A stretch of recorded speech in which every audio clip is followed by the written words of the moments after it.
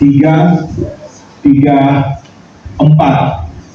Dia yang tidak mengenal dosa telah dibuatnya menjadi dosa karena kita, supaya dalam Dia kita dibenarkan oleh Allah.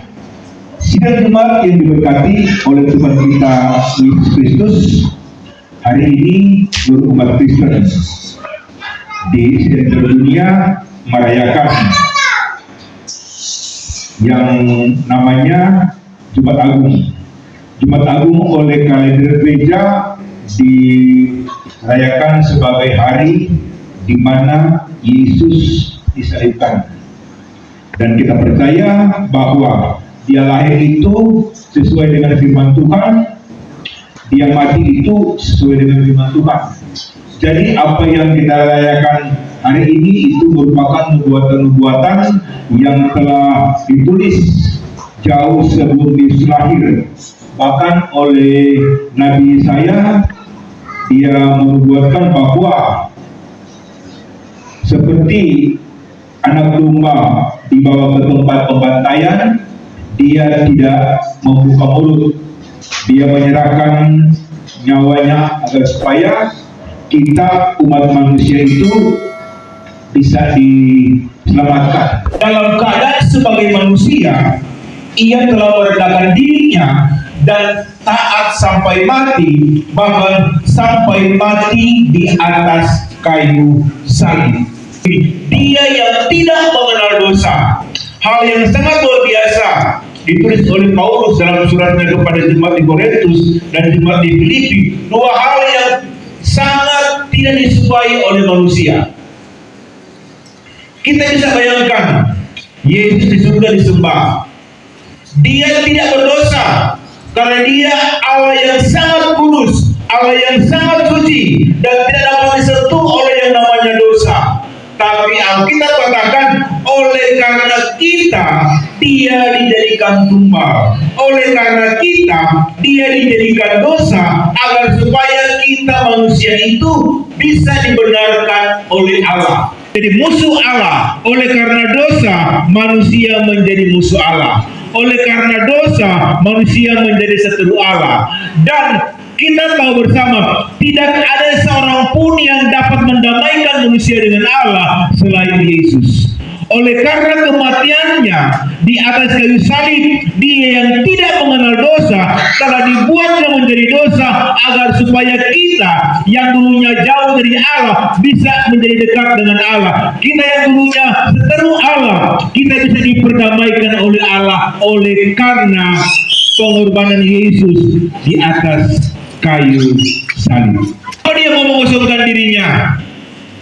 Mengapa Dia mau mengambil rupa seorang hamba? Karena kalau Dia tidak mengosongkan dirinya, kalau Dia tidak menjadi rupa sebagai seorang manusia, bahkan seorang hamba, maka Dia tidak dapat merasakan apa yang dirasakan oleh manusia. Dia tidak pernah mengalami apa yang dialami oleh manusia. Alkitab mencatat, sebelum kematiannya Dia dilahirkan di Bethlehem. Bukan di tempat yang mewah, bukan di tempat yang sangat bagus, tapi di kandang yang hina. Perjalanannya pun banyak hal yang Dia harus hadapi. Terkadang Dia merasa haus, terkadang Dia merasa lapar, terkadang Dia ditolak, terkadang Dia difitnah oleh karena Dia telah mengambil rupa sebagai seorang hamba. Jadi kalau kita katakan Tuhan tidak pernah rasa apa yang Tuhan rasakan, Tuhan alami. Rasa lapar Dia pernah lapar, rasa tertolak Dia pernah mengalami tertolak, difitnah Dia pernah difitnah, dikatakan kerasukan setan, Dia pernah dikatakan kerasukan setan. Jadi kalau kita hari ini dalam pelayanan pekerjaan Tuhan, orang katakan, oh dia kerasukan setan, tidak masalah. Karena apa? Yesus pun pernah dikatakan Dia kerasukan setan. Oleh karena kita manusia, Dia yang kaya rela menjadi miskin. Oleh karena cintanya kepada manusia, jadi pilihan-pilihan Yesus yang Dia ambil semuanya itu untuk keselamatan manusia, untuk kepentingan manusia. Seandainya Dia tidak mau mengambil rupa seorang hamba, tidak masalah. Apa benar Dia mati seperti itu? Kitab Matius pasal 27, ada dengar? Mulai dari jam 12 gelap meliputi seluruh daerah itu sampai jam 3:46. Kira-kira jam 3 berserulah Yesus dengan suara nyaring, Eli, Eli lama sabachthani. Artinya, Allahku, Allahku, mengapa engkau meninggalkan aku? Ayat 47. Mendengar itu beberapa orang berdiri di situ berkata, ia memanggil Elia. 48. Dan segera telah datang seorang dari mereka yang mengambil bunga kara, mencelupkannya ke dalam anggur asam, lalu mencucukkannya pada sebatang bulu dan memberi Yesus minum. Ayat 29. Tetapi orang-orang lain berkata, jangan, baiklah kita lihat apakah Elia datang untuk menyelamatkan dia. 50. Yesus berseru pula dengan suara nyaring. Dengar. Yesus berseru pula dengan suara nyaring, lalu menyerahkan nyawanya. Yesus berseru dengan suara nyaring, Alkitab berkata apa? Dan menyerahkan nyawanya. Jadi jangankan kesakitan dia tanggung, jangankan penderitaan dia tanggung, kematian pun dia pilih agar supaya dia bisa memberikan sesuatu kepastian kepada kita bahwa kematian itu bukanlah akhir segala-galanya. Di balik kematian itu masih ada kehidupan. Oleh karena itu, untuk memastikan kehidupan kita setelah kematian, apakah di saat kita masih hidup kita telah siap? Apa kita masih hidup, kita telah hidup sesuai dengan firman Allah atau tidak? Ada kata begini, Yesus berseru pula dengan suara nyaring, lalu menyerahkan nyawanya. Jadi kematian itu bukan karena dia dipaku. Kematian itu bukan karena dia dimakai duri, tapi kematian itu karena apa? Dia memilih untuk mati. Alkitab berkata, lalu menyerahkan nyawanya. Masa dia karena dia disalib. Pada waktu terkadang memeluk dia, mereka kata begini, suruhlah atau turunkan dirimu jika engkau anak Allah. Apa yang dikatakan pada waktu itu? Apakah kalian menyangka aku tidak dapat meminta kepada Bapa supaya dia bisa mengirimkan 12 pasukan untuk menolong aku? Jadi bilang begini, mau dikira kok kita tidak bisa minta apa-apa supaya dia mau kirim pasukan ke kita. Dia mampu. Berapa sih kekuatan tentara Romawi?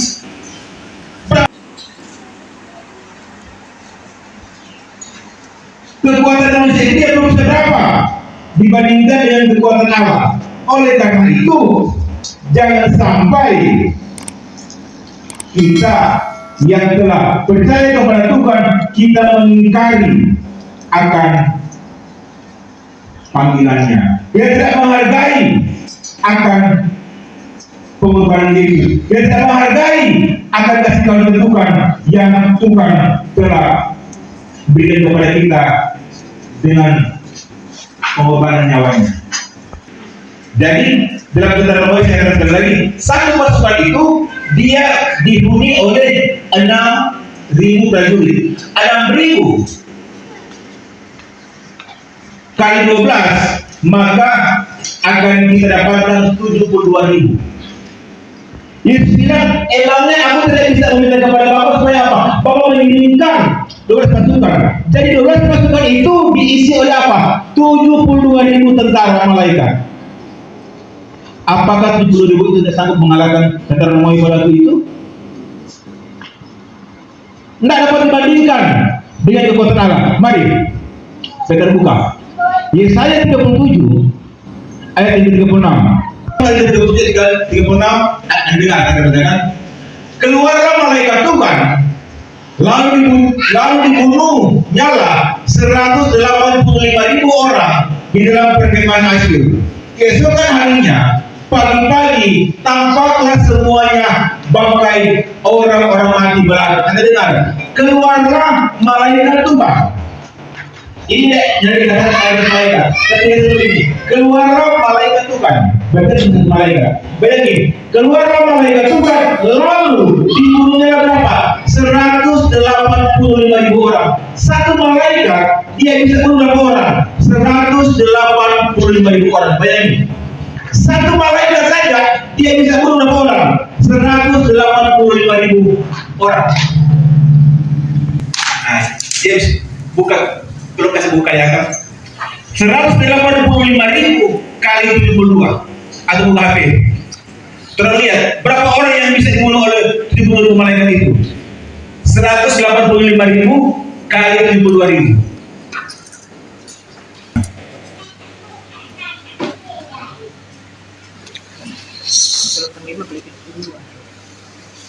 Di gang depan 13 nih. Hah? Di gang 13. Oke. DP yang itu bukan 13.000, 13 miliar. Bayangin itu tidak pakai DP ekor, cuma DP depan saja.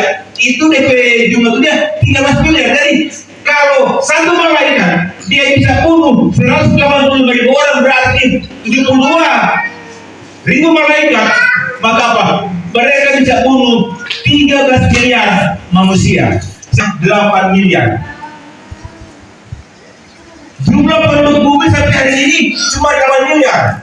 Sementara kekuatan Tuhan, dia cuma begini, dia cuma minta dengan pasukan saja, maka mereka bisa menghabisi 13 miliar.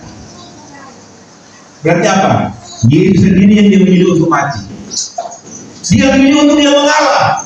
Jadi kalau cuma kekuatan manusia mau dibandingkan dengan kekuatan Allah, tidak seberapa. Tidak seberapa. Itu secara kekuatan. Mereka tidak dapat menandingi akan kekuatan Tuhan. Yesaya 40 ayat 12. Kita akan lihat kekuasaan Tuhan. Apakah dia mati karena memang dia ditombak atau dimahkotai ini? Tidak. Yesaya 40 ayat 12 ada begini. Ayat siapa yang menangkap air laut dengan lekuk tangannya dan mengukur langit dengan jengkal, menyentuh debu tanah dengan takaran, menimbang gunung-gunung dengan daging, atau bukit-bukit dengan raja. Ini secara fisik.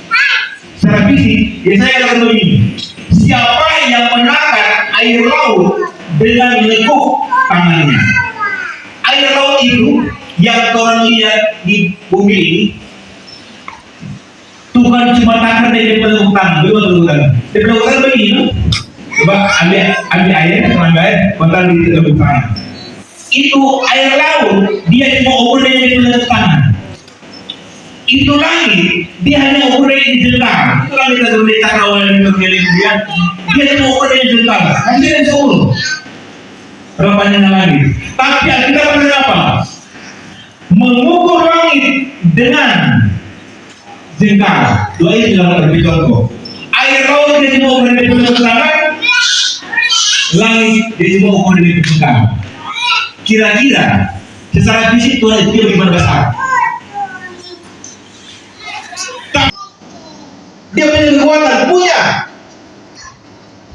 dia punya pasukan. Baru pasukan saja, saudara, tidak ada orang lagi di bumi. Dia punya segala-galanya, tapi semuanya itu dia lepas, diabaikan. Tujuannya apa? Agar supaya kita manusia itu diselamatkan. Tujuannya supaya apa? Rencana penyelamatan Allah itu dia tidak terhalang. Dia mau tolak boleh, dia mau lawan boleh. Itu pertanyaan keluarga begini. Kalau mana aku dengan dirimu, dia boleh. Mati saja dia sekarang tadi dia nyawa, bukan karena dia dimahkotai dulu. Tidak. Oleh karena itu hari ini kita renungkan kembali mengapa dia mau lakukan seperti ini. Tapi yang bikin orang tertarik bukan di lukisan penyelipan, di tulisan di bawah penyelipan Yesus. Di situ ada bilang begini, hadis begini. Semuanya ini kulakukan untuk kamu. Apa yang kamu telah lakukan untuk aku? Itu ditulis di bawah lukisan. Semuanya ini kulakukan untuk kamu. Apa yang telah kamu lakukan untuk aku? Dia mati semuanya karena kita. Sekarang pertanyaannya, apa yang telah dilakukan untuk Tuhan? Karena itu John F. Kennedy, mantan presiden Amerika Serikat yang paling muda, dia jadi presiden di usia 43 tahun. Dalam pidato kenegaraannya dia pernah berkata begini, jangan kalian tanya apa yang telah negara berikan untuk Anda, rakyat Amerika, tapi tanyakanlah kepada dirimu sendiri apa yang telah kamu berikan untuk negara. Kalau orang mengaplikasikan dalam kehidupan, orang boleh ganti. Jangan orang tanya apa yang Tuhan telah berikan kepada kita, tapi tanyakan kepada diri kita apa yang telah kita lakukan, yang telah kita berikan untuk Tuhan. Dia telah berikan nyawanya, dia telah mengosongkan dirinya, dia yang kaya dalam menjadi miskin, dia yang sehat dia dalam menjadi sakit, agar supaya kita menjadi sehat.